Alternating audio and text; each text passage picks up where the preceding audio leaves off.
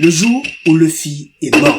S'il y a bien quelque chose de caractéristique à One Piece, c'est la mort des personnages. Pell, Doflamingo, Robin, Oda ne fait pas mourir les personnages comme ça. On a vite compris que c'était pas si mal lorsque Ace et Barbe Blanche nous ont quittés. Mais Luffy est mort aussi. Avant de continuer la vidéo, abonne-toi et surtout je tiens à vous rassurer sur une chose, Luffy est bien vivant et il va même très bien. Écoute-moi pour comprendre la suite. Une mort bien ficelée, la mort de Monkey D. Luffy. One Piece est un manga qui rassemble. Les personnages et les personnalités sont très différentes et tout le monde y trouve son compte. Et ça, c'est cool. Sanji est bizarre avec les meufs, Brook est très bizarre avec les meufs, Vanderdecken est très bizarre avec les meufs. Mais à part ça, Eiichiro Oda cherche aussi à aller au bout de son histoire. Mais il a été très vite confronté à un problème. Dans toute histoire et notamment les récits d'action, il est indispensable que le personnage principal soit confronté à la défaite. La question c'est pourquoi? Parce que sans ça, le personnage et l'histoire perdent de la valeur, perdent de la saveur. Il n'y a pas qu'une magie grosso modo. La défaite est un élément clé de la narration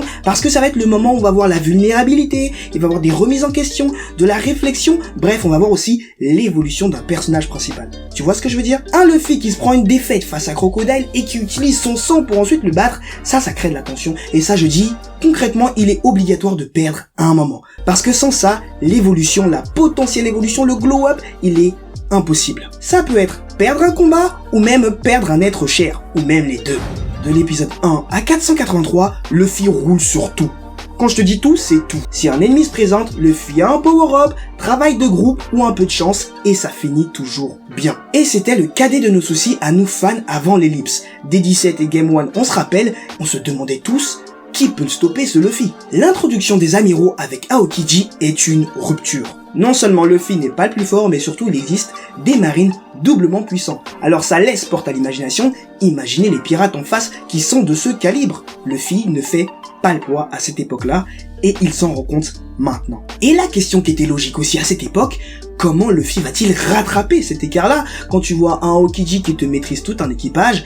Eh bah, bien évidemment, on le savait, Oda allait nous cook quelque chose. La mort d'Ace, c'est aussi la mort de Luffy. La mort d'Ace est un coup dévastateur pour Luffy.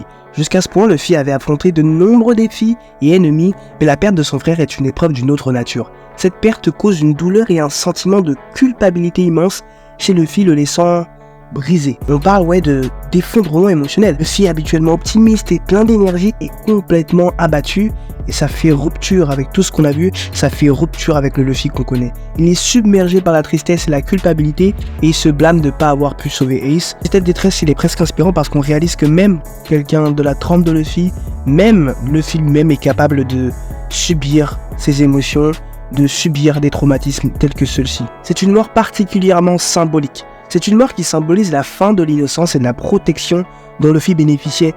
Et littéralement, on peut voir un avant et un après, avec un Luffy qui gagne et qui est forcé de gagner une certaine maturité pour affronter les défis du nouveau monde. La réalité, c'est qu'Ace, bien qu'il soit mort depuis maintenant des années, il est toujours aussi présent dans l'esprit des fans et dans l'esprit de Luffy.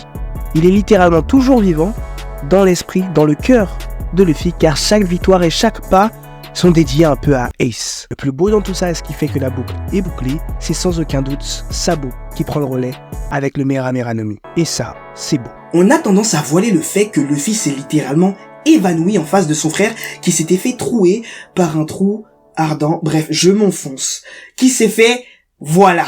La perte d'Ace, c'est aussi la défaite des idéaux et des convictions de Luffy. Il pensait qu'il était capable de protéger ses êtres chers, et Luffy a appris de la pire des manières qu'il n'était pas capable de le faire. La mort d'Ace, c'est aussi la réalisation des responsabilités d'un capitaine. Concrètement, c'est Luffy qui doit protéger ses Nakama, et c'est Luffy qui doit avoir conscience que être pirate, c'est également s'exposer à être pourchassé et tué. Mais tout ça, on n'y a pas trop prêté attention, parce que naturellement, t'as Ace qui venait de mourir, et c'était le plus important. Seulement, dans le cycle de la vie, on s'intéresse toujours à ce qui est vivant, à ce qui est là, et c'est naturellement Luffy sur lequel on se reconcentre. L'ellipse, la naissance d'un nouveau Luffy. Après ces 2 ans, Luffy est né.